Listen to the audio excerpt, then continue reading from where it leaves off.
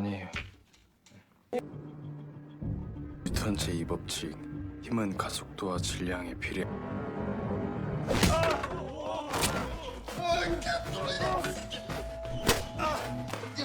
잠깐만.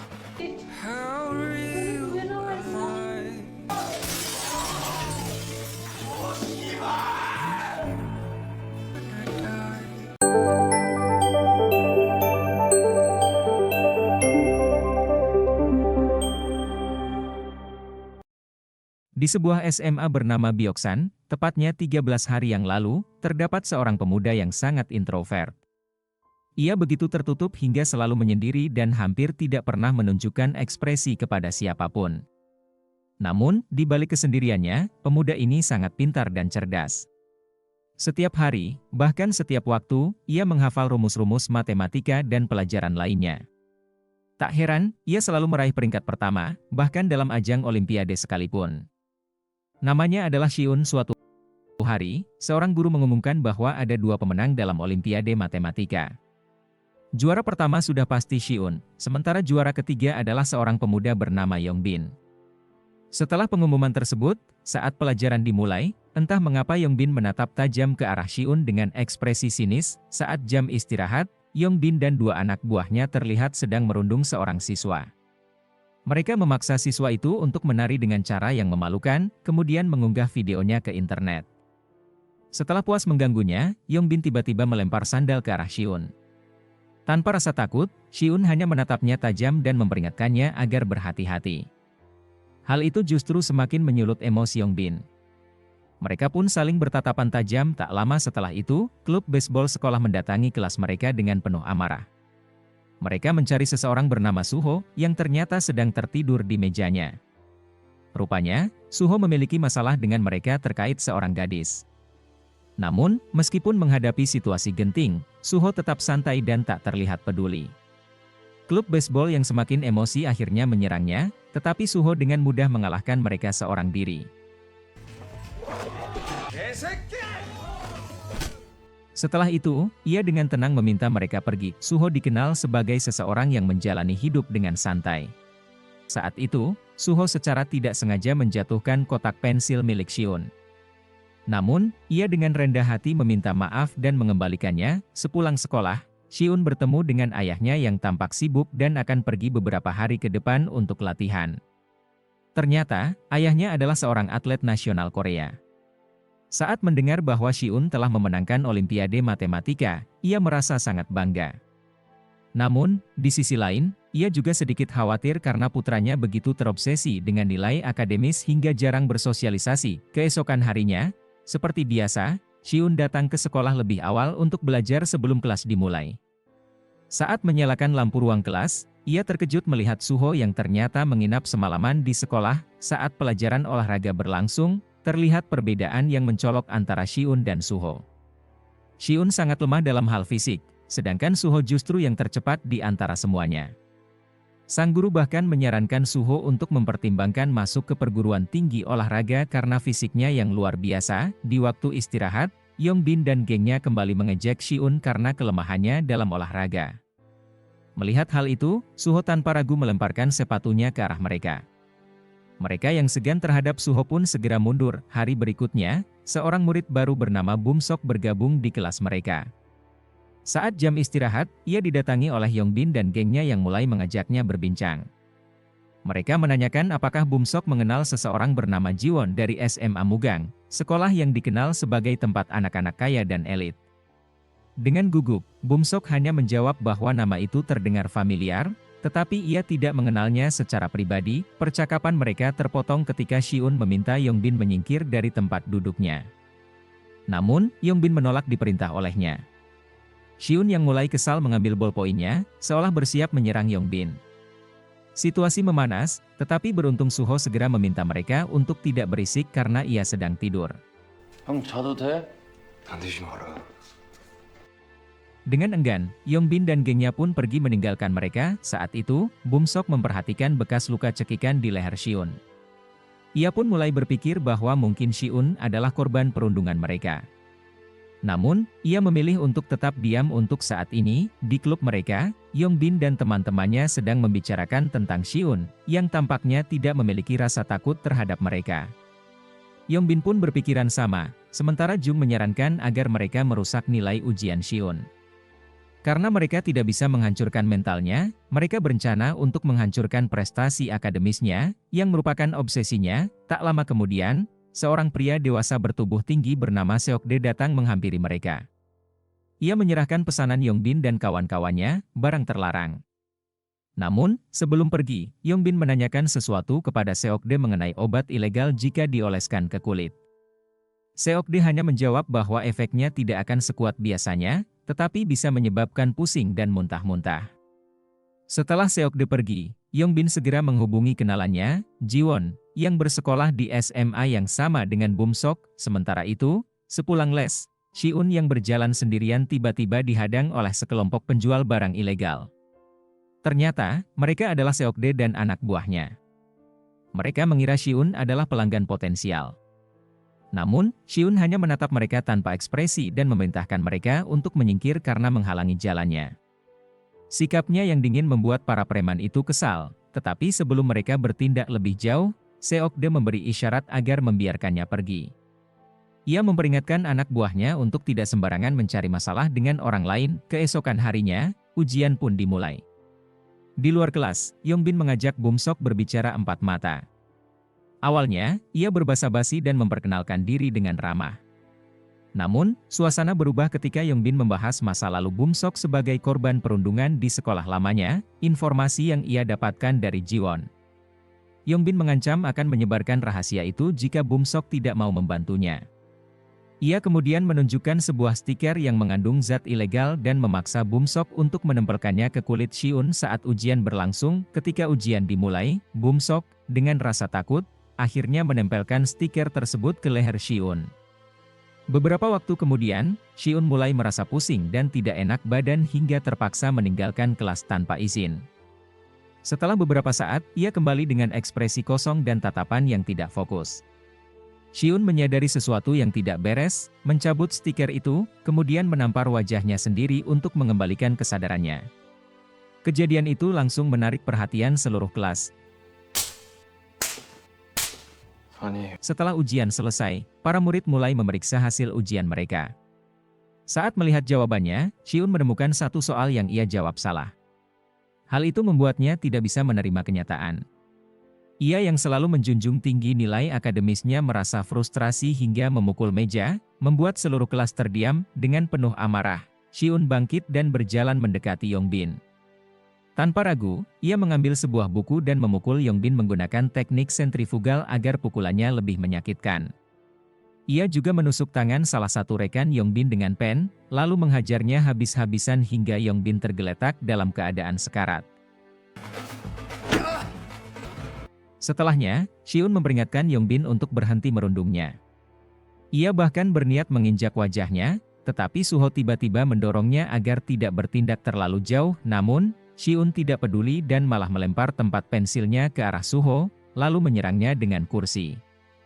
Ia terus berusaha menyerang Suho hingga akhirnya seorang guru masuk dan menghentikan pertikaian tersebut. Karena insiden ini, Siun terpaksa mengunjungi Yongbin di rumah sakit untuk meminta maaf kepada Yongbin dan ibunya. Pada awalnya, ibu Yongbin menolak menerima permintaan maafnya dan bahkan menyindir bahwa Siun seharusnya datang bersama ibunya. Namun, situasi berbalik ketika Siun menunjukkan bukti berupa plester yang ditempelkan padanya saat ujian, serta sekotak fentanyl yang ditemukan di dalam tas Yongbin. Hal itu membuat sang guru memutuskan untuk meminta ibu Yongbin memindahkan anaknya ke sekolah lain dan tidak membawa kasus ini ke komite kekerasan sekolah, karena jika hal itu terjadi, situasi akan menjadi jauh lebih rumit. Sepulang dari rumah sakit, Siun kembali ke rumah dalam keadaan kusut. Ayahnya pun merasa sedikit khawatir melihat kondisinya. Selain itu, Siun sendiri tidak bisa melupakan kejadian hari itu, bahkan ketika ia mencoba untuk belajar, keesokan harinya, suasana kelas tidak seperti biasanya.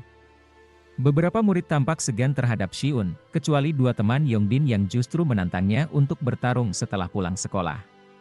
Namun, Siun malah menantang mereka saat itu juga dan mengajak mereka ke kamar kecil. Seluruh kelas pun mengikuti mereka bertiga. Setelah sampai di toilet, Shiun menutup dan mengunci pintu. Ia kemudian mengeluarkan pena dari sakunya dan perlahan mendekati mereka hingga membuat mereka ketakutan dan hanya bisa diam. Ia memperingatkan mereka untuk berhenti merundungnya, lalu pergi meninggalkan mereka dalam ketakutan. Setelah kejadian itu, beberapa teman sekelas yang sebelumnya tidak dekat dengan Shiun tiba-tiba bertingkah seolah akrab dengannya. Namun, Shiun hanya mengabaikan mereka. Sementara itu, di rumah sakit, Yongbin dijenguk oleh Seokde. Selain itu, ia juga meminta kakak sepupunya untuk melakukan sesuatu terhadap Shiun. Yongbin bahkan bersedia membayar berapapun yang diminta sebagai imbalan. Di sisi lain, sepulang les, Shiun bertemu dengan Suho yang sedang bekerja paruh waktu. Ia meminta maaf atas insiden dengan Yongbin, dan setelahnya mereka kembali menjalani kesibukan masing-masing. Saat jam istirahat di sekolah, Shiun mengajak Suho makan bersama sebagai bentuk permintaan maaf. Meskipun ekspresinya tetap dingin, mereka sedikit berbincang. Di meja lain, para siswa mulai membicarakan bagaimana Shiun tidak mendapatkan hukuman dari komite kekerasan sekolah, serta fakta bahwa Yongbin ternyata mengonsumsi fentanyl. Mereka juga heran dengan kedekatan yang tiba-tiba antara Shiun dan Suho. Di tempat lain, seorang siswa SMA tengah bermain taruhan, tetapi mengalami kekalahan dan terpaksa meminjam uang dari bank ilegal yang dikelola oleh Seokde.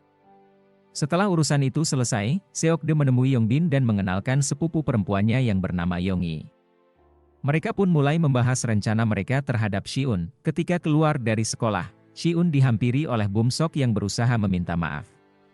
Namun, Shiun tetap bersikap cuek dan tidak menerimanya. Ia lalu pergi meninggalkan Bumsok. Saat berjalan sendirian, tiba-tiba Shiun dihadang oleh Yongbin, kakak sepupunya, serta 3 orang yang telah mereka bayar untuk menjalankan misi mereka. Shiun berusaha pergi, tetapi malah ditampar oleh kakak sepupu Yongbin. Para murid yang melihat kejadian itu hanya bisa diam, termasuk Bumsok. Mengetahui hal ini, Bumsok segera menemui Suho yang sedang tertidur dan memohon agar ia membantu Shiun. Awalnya, Suho enggan terlibat, tetapi akhirnya ia memutuskan untuk bertindak ketika Bumsok mau membayar jasanya untuk membantu Shiun. Berkat bantuan Suho dan Bumsok, Shiun berhasil selamat. Setelah pertarungan sengit, Yongbin dan kakak sepupunya dipermalukan.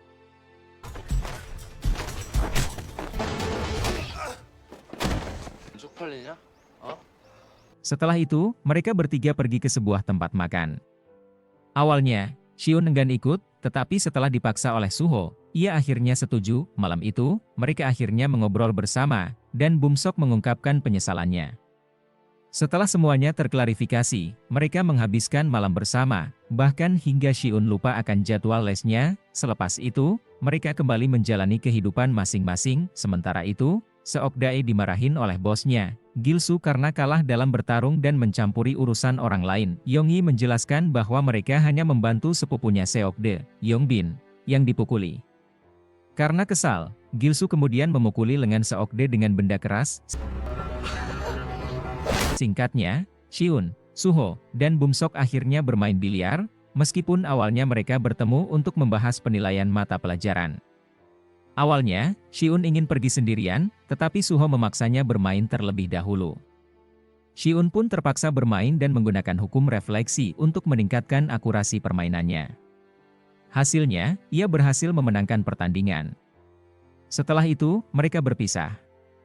Suho dan Bumsok pergi minum, sementara Shiun pulang ke rumah. Dalam perjalanan pulang, hujan deras turun, sehingga Shiun terpaksa membeli payung.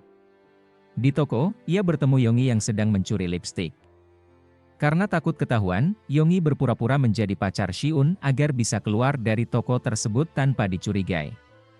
Setelah berhasil keluar, Yongi mengajak Shiun makan tteokbokki sebagai tanda terima kasih, tetapi Shiun tidak peduli dan hanya ingin pulang.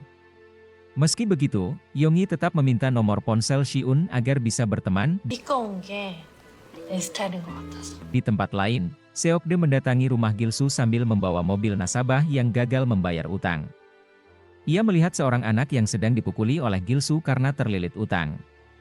Beruntung, kedatangan Seokde menghentikan Gilsu. Meskipun sebagai gantinya, Seokde diperintahkan untuk menggantikan peran Gilsu. Keesokan harinya, Yongbin, yang tampil lebih sopan, mengajak Shiun berbicara. Awalnya, Shiun menolak, tetapi karena Yongbin tidak terlihat mengancam, ia akhirnya bersedia meluangkan waktu. Dalam percakapan itu, Yongbin memohon kepada Shiun dan teman-temannya untuk membantunya agar tidak dibawa ke panti asuhan akibat kasus barang haram yang menjeratnya. Ia meminta mereka membuktikan bahwa barang haram tersebut bukan miliknya, karena bersedia membantu, mereka diajak ke rumah Yongbin. Namun, ternyata itu adalah jebakan yang membuat mereka bertemu dengan Gilsu dan gengnya. Gilsu menuduh mereka bertiga telah melukai tangan Seokde, yang tidak memiliki asuransi kesehatan. Mereka dipaksa membayar 15 juta won dalam waktu 3 hari. Karena tidak merasa bersalah, Shiun meminta bukti. Tetapi Gilsu malah menodongkan pisau dan mengancam akan membunuh mereka jika tidak membayar. Setelah itu, anak buah Gilsu mulai membuntuti mereka dimanapun mereka berada.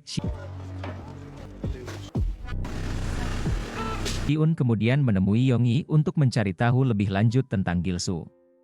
Yonggi menjelaskan bahwa Gilsu adalah orang yang menyediakan tempat tinggal dan pekerjaan ilegal. Selain itu, ia juga dikenal sangat serakah dan tidak segan-segan membunuh. Gilsu bahkan memiliki koneksi dengan gangster sungguhan. Malam harinya, Bumsok diam-diam masuk ke kamar orang tuanya dan mengambil jam tangan mahal untuk membayar utang kepada Gilsu. Keesokan harinya, ia memberitahu Shiun dan Suho bahwa masalah ini akan selesai karena ia akan membayar uang tersebut. Namun, Shiun dan Suho menolak karena mereka tahu itu bukan uang miliknya. Mereka memutuskan untuk melapor ke polisi setelah mengetahui bahwa Gilsu menjalankan bisnis judi ilegal. Banyak anak sekolah yang terjerat, bahkan rela menjual barang pribadi demi bermain. Awalnya, mereka diberi kemenangan untuk menarik mereka terus bermain, tetapi kemudian mereka akan dibuat kalah hingga terlilit utang. Jika kehabisan uang, Gilsu akan menawarkan pinjaman, menciptakan lingkaran setan yang sulit dihentikan. Ketika pulang, mereka kembali dicegat oleh Gilsu dan anak buahnya.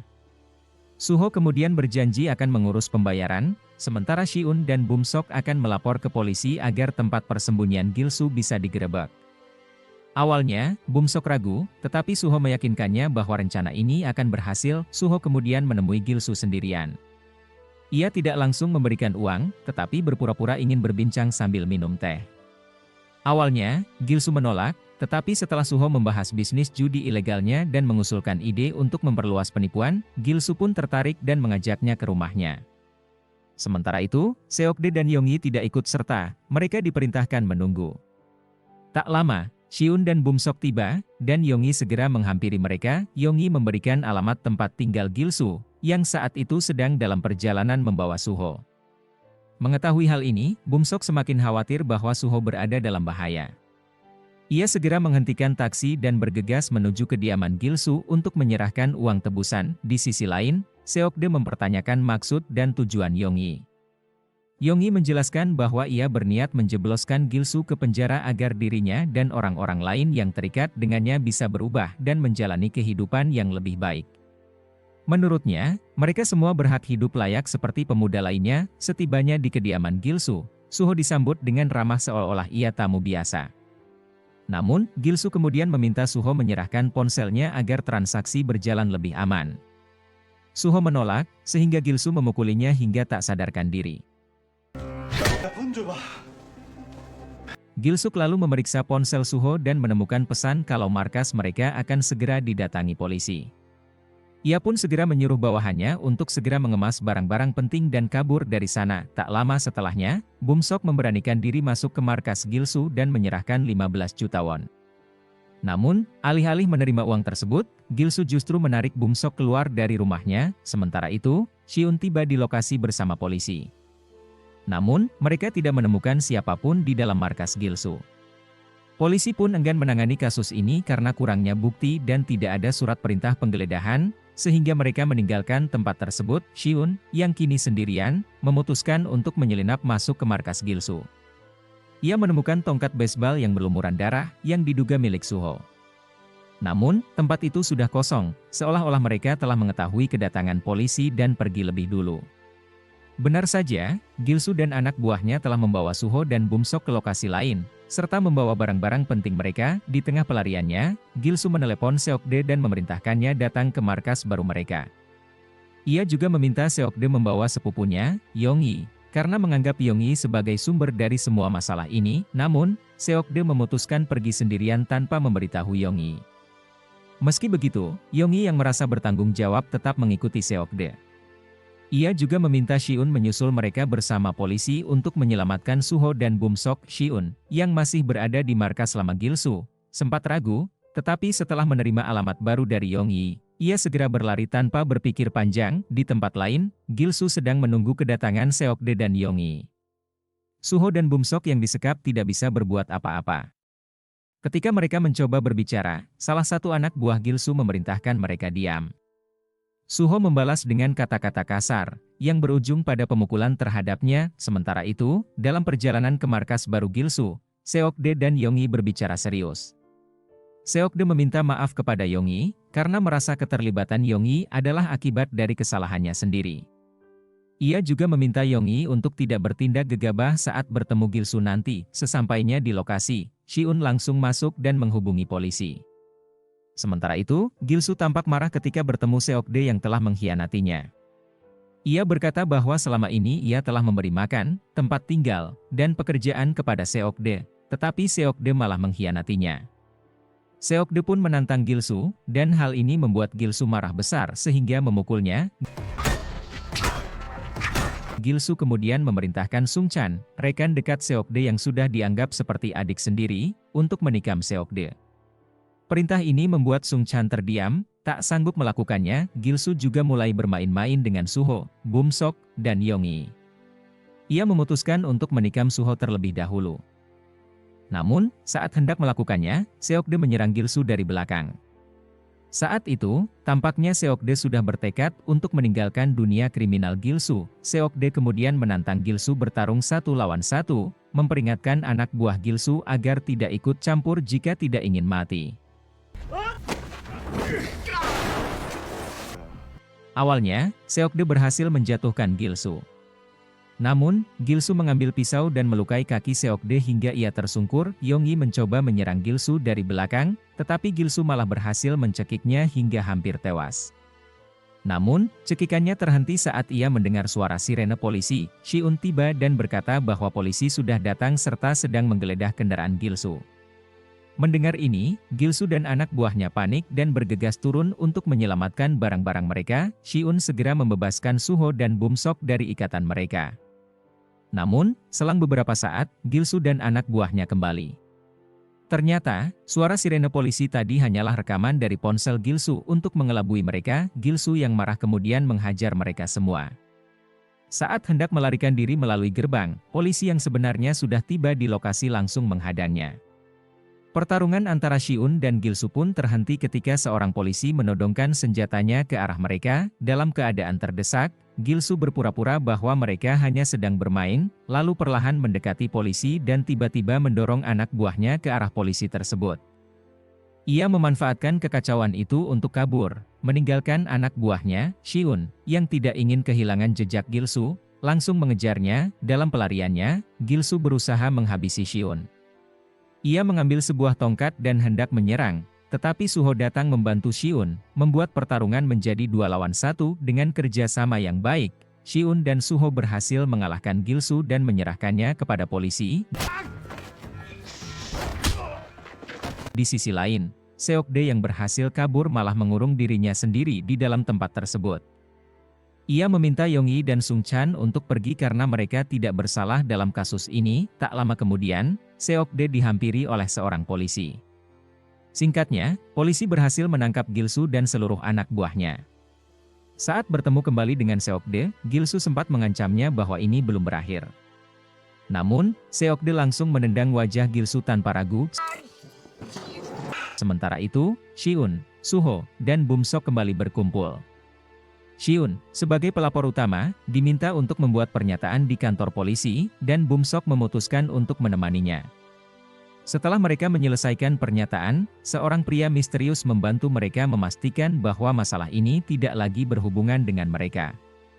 Ia juga memastikan bahwa keluarga dan lingkungan sekolah mereka tidak akan mengetahui kejadian tersebut. Setelah Shiun pergi, Bumsok bertanya kepada pria itu apakah ia berencana menyembunyikan masalah ini dari ayahnya. Pria tersebut, yang ternyata tangan kanan ayah Bumsok, tidak bisa berbohong dan mengakui bahwa ayah Bumsok sudah mengetahuinya. Di luar kantor polisi, Shiun melihat Yonggi berdiri sendirian. Ia pun menghampiri dan menanyakan keadaannya. Sementara itu, pria tadi menutup semua jendela ruangan mereka, memperlihatkan bahwa Gilsu ada di dalam. Pria itu meminta Bumsok untuk menghajar Gilsu, menganggapnya sebagai karung pasir untuk latihan tinju. Namun, Bumsok tidak sanggup melakukannya. Ia pergi dengan perasaan kesal pada dirinya sendiri. Setelah itu, Shiun dan Yonggi menjenguk Suho di rumah sakit. Mereka menceritakan bagaimana mereka berhasil mengalahkan Gilsu dan gengnya, lalu tertawa bersama. 우린 서로 어디 있는지 이게 진짜 Namun, setelah semuanya usai, Shiun kembali tanpa ekspresi, mengenakan pakaian kusut dan kotor. Ia berjalan pulang, tetapi kemudian memutuskan kembali ke rumah sakit untuk menemui Suho dan Yonggi. Ia membawa banyak makanan, termasuk makanan favorit Suho. Suho merasa ada sesuatu yang aneh dengan Shiun. Cara Shiun berbicara, menatap, dan bersikap sangat berbeda, bahkan membuatnya merinding. Namun, Shiun tersenyum saat melihat Suho dan Yonggi menikmati makanan yang ia bawakan. Di sisi lain, seorang anggota dewan yang sedang sibuk tiba-tiba dihampiri oleh anaknya. Ia mengambil tongkat golf dan menyuruh anaknya untuk bersiap menerima hukuman. Sang ayah mengatakan bahwa Bumsok adalah anak yang lemah dan tidak memiliki harapan. Tanpa ragu, ia memukuli Bumsok. Keesokan harinya, saat Bumsok berjalan menuju kelas, beberapa murid mendekatinya dan bertanya apakah benar ia, Suho, dan Shiun telah menangkap bos judi serta para pembuli. Kabar itu menyebar dengan cepat. Bumsok terkejut, tetapi hanya mengangguk, yang membuat para murid semakin kagum padanya. Saat tiba di kelas, Bumsok berinteraksi sedikit dengan Shiun, yang kini mulai lebih terbuka terhadap orang lain. Ia juga melihat anak buah Yongbin, tetapi mereka hanya diam dan tampak enggan berurusan lagi dengannya. Saat istirahat, Bumsok, Suho, dan Shiun makan bersama. Mereka membahas kabar bahwa Yonggi untuk sementara tinggal bersama nenek Suho. Kabarnya, Yonggi juga akan mulai bekerja dalam waktu dekat. Bumsok lalu mengajak mereka berdua untuk makan di restoran akhir pekan nanti. Awalnya, Shiun menolak, tetapi akhirnya ia setuju untuk ikut. Saat berada di rumah, setelah merapikan penampilannya, Bumsok mulai melihat akun Instagram Suho. Ia tampak sedikit cemburu dengan hubungan Suho dan Yonggi. Apalagi, Yonggi terlihat sangat dekat dengan Suho, nenek Suho, dan Shiun. Sementara itu, Shiun sedang makan malam bersama ibunya. Ia ingin menyampaikan sesuatu yang penting, tetapi percakapan mereka terpotong karena ibunya tiba-tiba menerima panggilan pekerjaan. Sesuai rencana, mereka akhirnya pergi bermain bersama. Namun, Suho justru mengajak Yonggi. Sepanjang waktu, Bumsok terus memperhatikan Yonggi dengan tatapan iri. Suho tampak lebih fokus pada Yonggi, bahkan ketika Shiun sudah datang. Hal ini membuat Bumsok merasa seperti orang asing di tengah kebersamaan mereka. Setelah itu, mereka pergi berkaraoke. Suho dan Yonggi menikmati waktu mereka, sementara Shiun terlihat canggung dan tidak terbiasa dengan suasana seperti ini. Di sisi lain, Bumsok terus merasa bosan dengan kehadiran Yonggi di antara mereka bertiga. Akhirnya, Bumsok memutuskan pergi membeli minuman. Namun, saat kembali ke ruangan karaoke, ia dikenali oleh beberapa orang. Merasa tidak nyaman, Bumsok bergegas pergi, tetapi orang-orang itu malah mengejarnya. Di tempat lain, Yonggi mengangkat telepon dari ponsel Bumsok. Orang yang menelepon bertanya di mana lokasi mereka, dan Yonggi hampir saja memberitahu ruangan karaoke mereka. Hal ini membuat Bumsok marah. 미치겠다. 아씨. Suasana liburan mereka pun menjadi kacau. Yonggi pergi karena tersinggung perkataan Bumsok, dan Suho terpaksa mengejarnya. Saat Shiun mencoba menenangkan Bumsok, tiba-tiba orang-orang tadi menghampiri mereka. Mereka mengaku sebagai teman lama Bumsok dari sekolah sebelumnya. Namun, Bumsok hanya terdiam, tidak tahu harus berbuat apa. Setelah sedikit mengintimidasi, orang-orang itu akhirnya pergi. Keesokan harinya, Bumsok tampak stres di sekolah. Ia merasa semakin tertekan oleh kejadian sebelumnya. Ketika murid-murid lain berbicara dengan berisik, ia langsung memarahi mereka dan nyaris menghajar mereka. 입 닥치라고. 족밥 새끼가 뒤질라고 씨. 족도 아닌 새끼가 안소랑 연. Suho dan Shiun segera melerai Bumsok. Namun, Bumsok malah marah pada Suho dan pergi meninggalkannya. Shiun, yang peka terhadap kondisi Bumsok, menyadari bahwa ada sesuatu yang salah. Bumsok terlihat seperti dihantui oleh masa lalunya. Ia terus menerima telepon dan pesan dari para pembuli di sekolah lamanya, membuatnya semakin frustasi. Saat sedang berolahraga bersama Suho, Shiun membahas kondisi Bumsok. Mereka menyadari bahwa Bumsok tidak bisa dihubungi sama sekali dan memutuskan untuk menemuinya. Ketika Suho dan Shiun tiba di kediaman Bumsok, mereka terkejut melihat rumahnya yang sangat besar dan mewah. Suho bahkan bertanya tentang keadaannya, tetapi Bumsok enggan menjawab yang sebenarnya. Saat melihat foto keluarga Bumsok, Suho memuji mereka yang terlihat bahagia. Namun, Bumsok dengan sinis membantahnya. Ia mengungkapkan bahwa ayahnya mengadopsinya hanya demi meningkatkan citra politiknya. Pernyataan itu membuat Suho dan Shiun terdiam. Singkatnya, mereka bertiga akhirnya mengobrol dengan serius mengenai keadaan Bumsok. Dalam percakapan itu, Bumsok menceritakan masa lalunya di sekolah sebelumnya, di mana ia sering dibully oleh orang-orang yang kemarin menghampirinya di karaoke. Ia bahkan sering berakhir di rumah sakit akibat perlakuan mereka. Namun, saat ia melaporkan kejadian itu pada ayahnya tidak peduli. Hal itu menjadi salah satu alasan utama mengapa ia akhirnya pindah sekolah. Mendengar cerita itu, Suho merasa sangat marah. Ia pun meminta Bumsok untuk menghubungi para pembuli tersebut karena ia ingin membuat mereka meminta maaf secara langsung.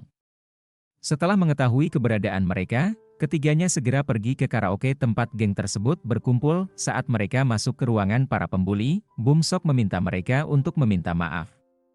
Namun, mereka justru menertawakannya.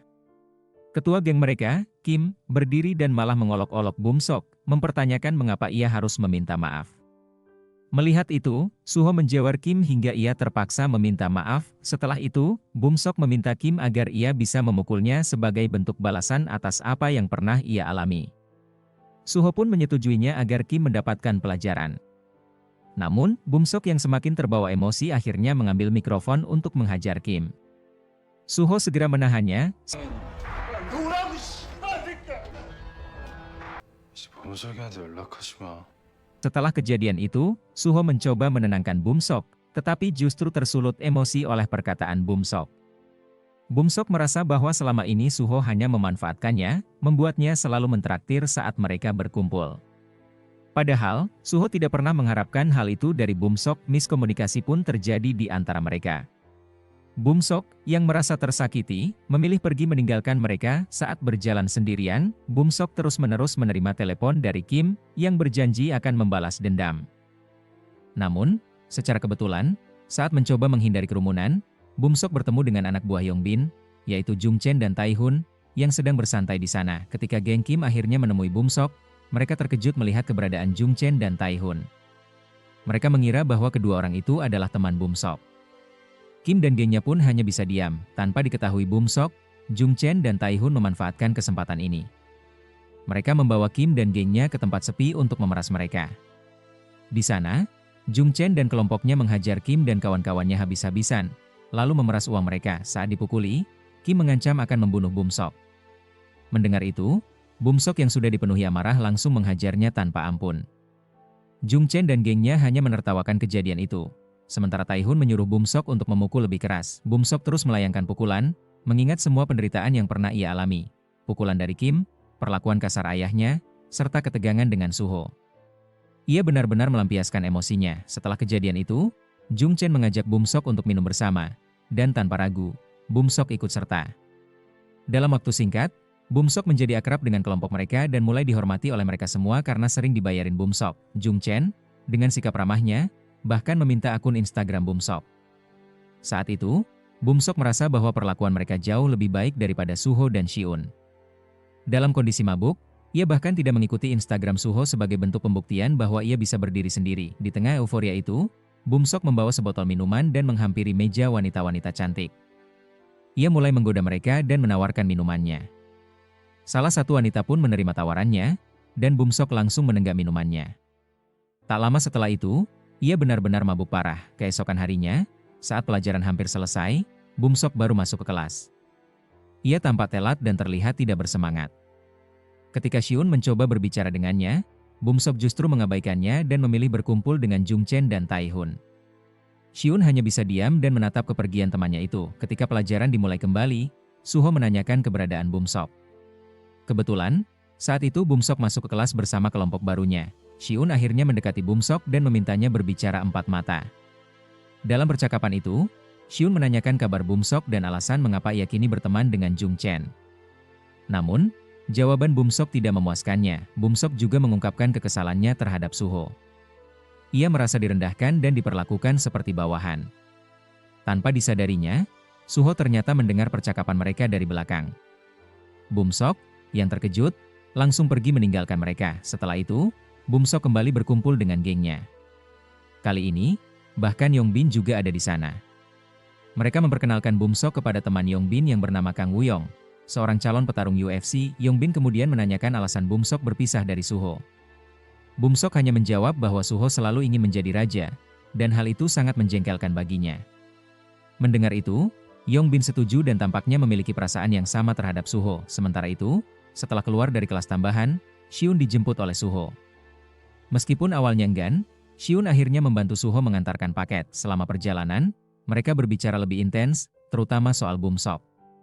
Shiun berpikir bahwa Jung Chen dan Taihun mungkin hanya memanfaatkan kekayaan Bumsok. Namun, menurut Suho, bisa saja Bumsok sendiri yang menginginkan hal itu. Ia menduga bahwa Bumsok sengaja mentraktir dan membelikan barang untuk teman-teman barunya demi terlihat kuat dan populer, agar tidak lagi menjadi korban bullying. Bumsok benar-benar mulai terbawa arus pergaulan barunya. Ia semakin akrab dengan Jung Chen dan Taihun, bahkan sengaja berpindah meja agar lebih dekat dengan mereka. Karena khawatir, Shiun akhirnya berbicara langsung dengan Jung Chen dan Taihun untuk memastikan bahwa mereka tidak memanfaatkan Bumsok. Namun, mereka menegaskan bahwa Bumsok sendiri yang mengajak mereka dan mentraktir mereka, tanpa ada paksaan dari mereka. Saat jam makan siang, seperti biasa, Shiun duduk bersama Suho. Namun, kali ini, suasana di antara mereka terasa lebih berat. Tampaknya, Suho menerima keputusan Bumsok untuk bergabung dengan mereka. Bumsok sendiri yang memutuskan bagaimana ia akan menjalani hidupnya. Tiba-tiba, Bumsok dan gengnya datang ke kantin dan langsung mengambil makanan, tanpa antri terlebih dahulu. Suho pun menghentikan mereka. Selain Bumsok, Taihun, dan yang lainnya, hanya bisa mengikuti perintah Suho. Suho menatap Bumsok dan menyuruhnya untuk masuk ke barisan. Namun, Bumsok menolak dan melawan, lalu Suho mendorongnya dengan keras.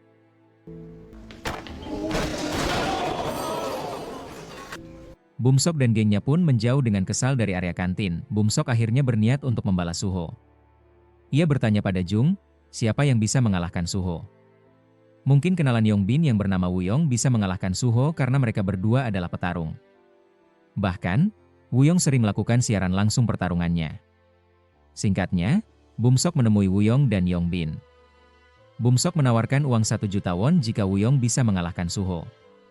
Tawaran besar ini diterima Wuyong, dan ia segera bergegas ke gym untuk berlatih. Jung Chen juga ingat bahwa Suho dan Wuyong pernah bertarung sebelumnya. Namun, Suho sudah pensiun, dan dengan keterampilan yang dimiliki Wuyong sekarang, seharusnya ia bisa lebih unggul dari Suho. Pada malam harinya, Bumsok dan gengnya mengikuti Suho yang sedang bekerja paruh waktu dengan motornya. Saat Suho mengantarkan pesanannya, mereka memotong tali rem motornya. Bumsok tidak peduli jika Suho sampai mati dalam kecelakaan tersebut. Kecelakaan itu membuat teman-temannya panik, dan mereka pun melarikan diri. Hanya Bumsok yang masih menatap Suho dari kejauhan, tanpa terkejut karena telah melakukan tindakan kejahatan seperti itu. Suho terlambat sampai di sekolah dan menatap Bumsok yang juga menatapnya kembali. Setelah kelas berakhir, Shiun menghampiri Suho, dan kebetulan Bumsok berjalan di sampingnya. Suho meminta Bumsok untuk tidak menatapnya seperti itu karena ia merasa jijik. Singkat cerita, Shiun dan Yongyi sedang mempersiapkan ulang tahun Suho. Tiba-tiba, Yongyi meminta Shiun untuk memotret dirinya. Tampaknya, Shiun masih belum terbiasa dengan kegiatan bersosial. Di sisi lain, di gym, Wuyong sedang melatih dirinya untuk persiapan pertarungannya melawan Suho. Bumsok juga menghubungi Suho, namun Suho tidak mengangkat teleponnya. Kemudian, Yongyi menerima pesan dari Bumsok yang mengajak untuk merayakan ulang tahun Suho bersama Shiun. Shiun pun kebingungan mengapa Yongyi membahas Bumsok. Karena Bumsok meminta agar tidak memberitahukan Suho, Yongyi menutup pesan tersebut dan berencana menemui Bumsok untuk membuat kejutan untuk Suho tanpa sepengetahuan mereka. Setelah bertemu dengan Bumsok, ternyata Bumsok hanya menjebak Yongyi. Ia bahkan membawa gengnya untuk menculik Yongyi. Sementara itu, Shiun yang sudah menemui Suho merasa bingung kemana perginya Yongyi. Kebetulan, Hyun membuka ponsel Suho dan melihat chat dari Bumsok yang menginformasikan bahwa Yonggi telah diculik dan meminta Suho untuk datang. Hyun yang mengetahui hal itu langsung menghapus chatnya dan pergi sendirian tanpa diketahui oleh Suho. Hyun akhirnya sampai di tempat yang terlihat kumuh, dengan banyak barang tak terpakai. Setelah menemukan Bumsok dan gengnya, Hyun menyiapkan kunci Inggris dan berjalan ke arah mereka. Hyun berusaha kabur dengan membawa Yonggi, namun Yongbin dan yang lainnya mengejar mereka. Saat Hyun berusaha bertahan dari serangan geng Bumsok, Yonggi berusaha menelepon polisi dengan barang-barang yang ada. Hyun cukup bisa mendominasi pertarungan, bahkan berhasil merebut linggis yang dibawa Yongbin. Namun, semuanya berakhir ketika Wuyong datang. Kekuatan Wuyong yang jauh lebih besar dari Hyun membuatnya terkapar di tengah-tengah geng Bumsok.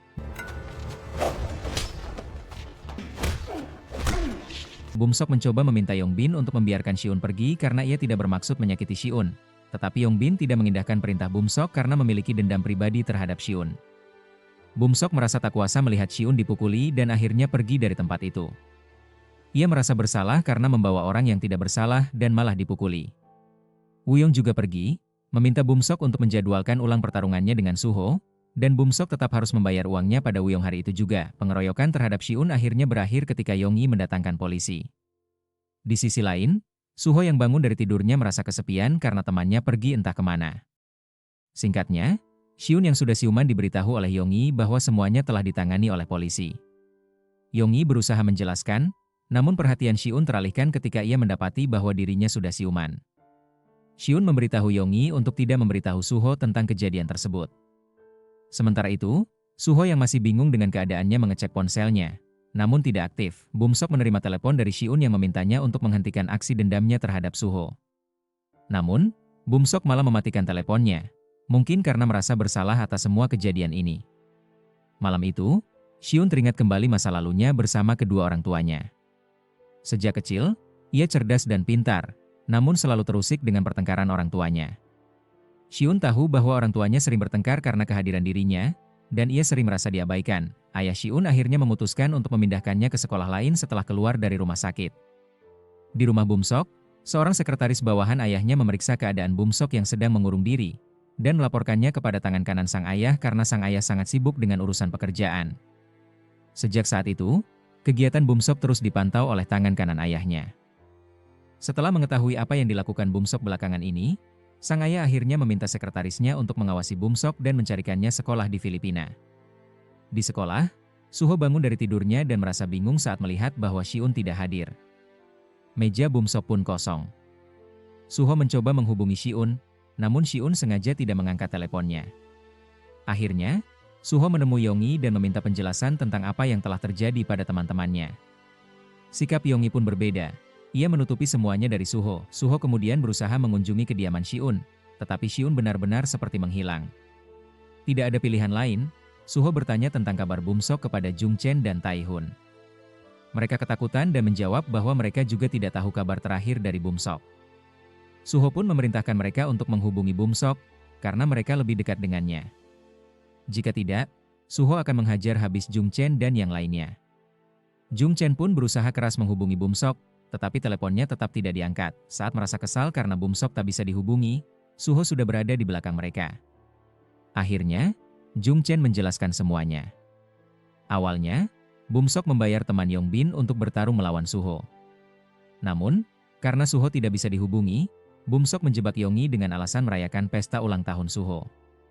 Ketika Yonggi datang, yang muncul malah Hyun setelah pulang sekolah. Setelah itu, Suho menemui Yonggi yang sudah mengetahui semuanya dan langsung menanyakan di mana rumah sakit tempat Hyun dirawat. Yonggi akhirnya memberitahu bahwa Hyun sudah pulang hari ini, dan semua rahasia ini terjadi atas kemauan Hyun sendiri. Sementara itu, Hyun yang sedang asyik belajar dengan lengannya yang diperban kedatangan tamu, yaitu Suho. Hyun menutupi lengannya tersebut, dan Suho pun memahami bahwa Hyun terluka parah dan menyembunyikan lukanya agar tidak membuat Suho khawatir. Merasa bersalah karena sahabatnya terluka, Suho pun melangkahkan kaki dengan perasaan bersalah.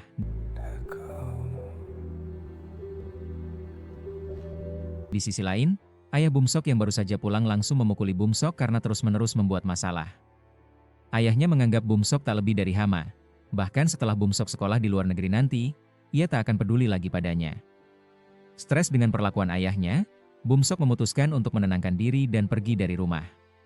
Pengawalnya memaksanya untuk kembali, tetapi Bumsok berani melawan dan pergi meninggalkannya.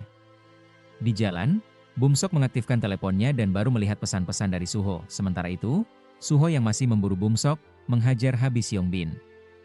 Saat sedang enak-enaknya menghajar Yongbin, Bumsok menelepon dan mengajaknya bertemu di tempat pelatihan bela diri. Setelah Suho setuju, ia pun mematahkan jari Yongbin, seperti halnya Yongbin yang melukai lengan sahabatnya, Shiun. Bumsok juga menghubungi Wuyong dan memberitahunya bahwa malam ini ia akan membayar Wuyong jika siap mengalahkan Suho. Suho akhirnya sampai di tempat yang dituju. Ia sadar bahwa banyak hal yang akan terjadi setelah ia masuk dan menemui Bumsok. Di sisi lain, Yonggi berusaha memberitahu Shiun bahwa Suho telah mengetahui semuanya. Shiun cukup terkejut dan langsung bergegas pergi dari meja belajarnya. Saat Suho masuk ruangan, banyak orang sudah berkumpul di sana. Ia pun mencari Bumsok dan saat Bumsok muncul, Suho mengatakan bahwa Bumsok tidak seharusnya melakukan semua itu. Jika Bumsok memiliki dendam terhadap dirinya, ia tidak perlu melibatkan teman-temannya yang tak bersalah. Suho juga meminta maaf jika memang ia melakukan kesalahan dan meminta Bumsok untuk meminta maaf kepada Shiun dan Yonggi. Namun, Bumsok yang masih gengsi dan emosional tidak mau meminta maaf kepada teman-teman Suho. Akhirnya, Suho menampar Bumsok dengan keras. Setelah itu, Wuyong yang kenal dengan Suho memintanya segera naik ke atas ring. Sebelumnya, Suho meminta waktu untuk pemanasan bersama para pengawalnya.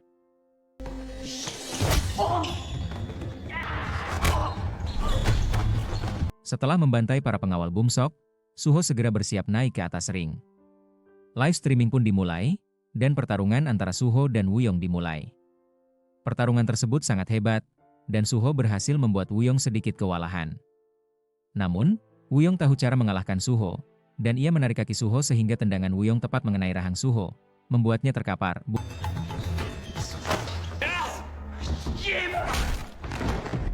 Bumsok yang melihat Suho terkapar naik ke atas ring dan langsung melampiaskan semua dendam dan emosinya pada Suho. Begitu juga dengan Jung Chen dan Tai Hun. Pengawal Bumsok pun datang dan mengetahui kegilaan tersebut. Mereka berusaha membawa Bumsok pergi, namun suasana tiba-tiba hening ketika Jung Chen mengecek keadaan Suho yang sudah tidak bernapas.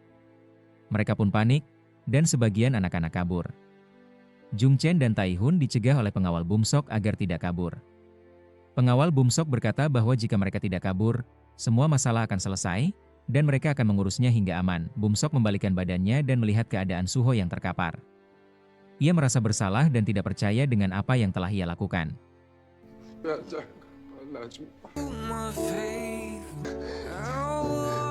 Di sisi lain, Shiun dan Yonggi yang sedang mencari Suho di berbagai tempat, tidak dapat menemukannya. Mereka pun panik dan hanya bisa terus mencari Suho. Pengawal Bumsok akhirnya mengambil alih dan menelepon para detektif untuk melaporkan kejadian tersebut. Mereka meminta Jung Chen, Tai Hun, dan Buyong untuk mengikuti perintahnya agar tidak bersalah. Mereka diminta membuat skenario seolah-olah mereka sedang berlatih seperti biasa dan bahwa Suho pingsan saat sedang latihan. Detektif pun datang, dan semuanya memainkan peran mereka masing-masing. Pengawal Bumsok juga membalas pesan Shiun di ponsel Suho, mengatakan bahwa Suho sedang berlatih. Suho akhirnya dibawa ke mobil, dan tampaknya ia benar-benar tidak sadar. Di rumah Bumsok, sang ayah semakin marah. Bumsok benar-benar khawatir tentang Suho, dan besok adalah hari keberangkatannya ke Filipina. Keesokan harinya, Shiun datang lebih pagi dari semua murid. Biasanya, ia melihat sahabatnya, Suho, yang tertidur, tetapi kali ini ia merasa ada yang hilang. Saat ujian dimulai, Shiun benar-benar tidak fokus. Beberapa soal yang ia jawab juga salah, namun ia mewajarkan hal itu. Setelah melihat teleponnya, ia menghubungi Yonggi dan diberitahu bahwa Suho sekarat. Bahkan, pihak Bumsok menutup fakta tersebut, dan nenek Suho juga menandatangani semacam perjanjian dengan mereka. Shiun akhirnya menemui Yonggi untuk melihat sahabatnya yang sekarat. Ia tidak percaya bahwa sahabatnya mengalami koma, dan ia pun bertemu dengan nenek Suho. Shiun hanya bisa menangis di depan Suho.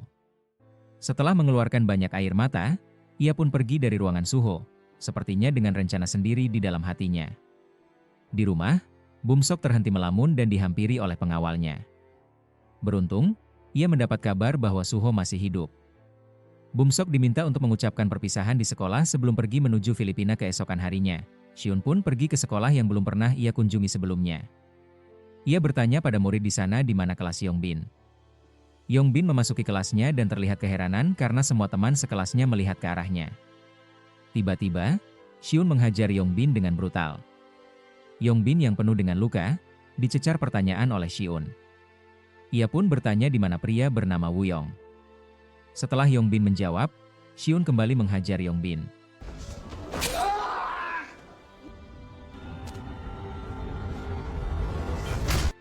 Setelah mendapatkan video bukti dari Yongbin, Xiun melihatnya dan benar-benar berniat membalaskan dendam teman-temannya. Di sisi lain, Yongbin menghentikan mobil Bumsok. Ia marah karena tahu bahwa Bumsok adalah pelaku pengeroyokan terhadap Suho. Bumsok yang tak tahan dengan semua ini akhirnya keluar dari mobilnya. Ia berkata bahwa semua ini terjadi karena kehadiran Yongyi di antara mereka bertiga. Bumsok merasa bahwa Yongyi mengganggu hubungan mereka bertiga dan malah menjadi parasit di antara mereka. Xiun yang sudah tahu keberadaan Wuyong langsung menemuinya di gym sekolah. Di sana, tanpa basa-basi, ia langsung menyerang Wuyong dari belakang. Meskipun Wuyong tidak mudah dikalahkan, ia tetap terkapar. Namun, ia berusaha melawan. Xiun yang jauh lebih brutal membuat Wuyong kewalahan dengan alat-alat yang ada di sekitarnya. Pertarungan yang sangat sadis pun terjadi.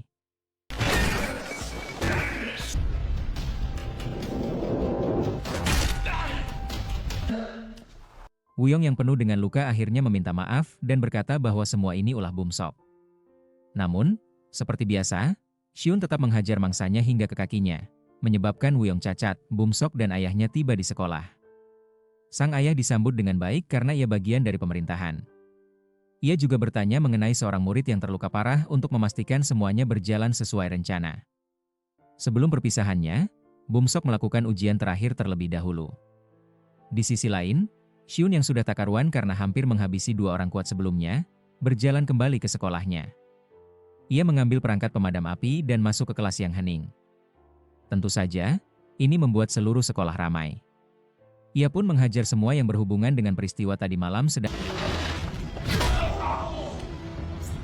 Bumsok hanya diam tanpa ekspresi. Ketika mendekati Bumsok, Xiun sepertinya sudah pasrah dan tidak bisa memukulnya lagi.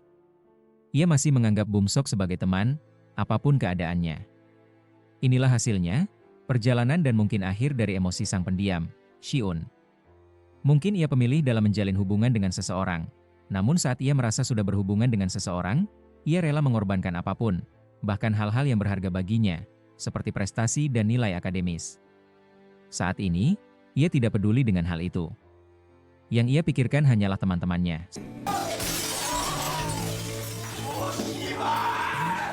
Setelah itu, Xiun kembali ke ruangan Suho dan tertidur dengan pulas.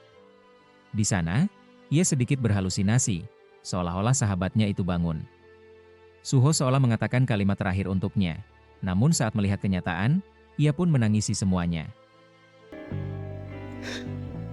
Singkat cerita, Bumsok akhirnya pergi untuk pindah sekolah ke Filipina. Yongyi juga memutuskan untuk menjalani hidupnya sendiri. Terkadang, ia menghubungi neneknya Suho untuk meminta kabar selanjutnya, namun ia sama sekali belum menghubungi Xiun hingga saat ini. Xiun juga terpaksa keluar dari sekolah dan ditolak oleh semua sekolah di Seoul. Hanya ada satu sekolah yang bisa menerima. Setelah perpisahan dengan orang tuanya, Xiun akhirnya mulai masuk kembali ke sekolah, dan uniknya, sekolah kali ini benar-benar sangat kacau. Tak lama setelah ia belajar di sana, ia didatangi oleh murid yang mengganggunya. Xiun yang sudah tahu bahwa sekolahnya kali ini berisi berandalan, telah menyiapkan segala sesuatunya. Selain mental, salah satunya adalah benda yang ia jadikan senjata. Singkat cerita, seseorang melaporkan kabar mengenai Xiun kepada pria misterius bertato yang cukup sangar. Seseorang itu mengatakan bahwa Xiun telah mengalahkan Kang Wuyong, petarung UFC. Diketahui bahwa Kang Wuyong adalah kandidat asosiasi mereka, meskipun asosiasi apa yang dimaksud belum diketahui. Tampaknya mereka akan melakukan sesuatu terhadap Xiun. Dan selesai perjalanan ini, perjalanan Xiun masih panjang.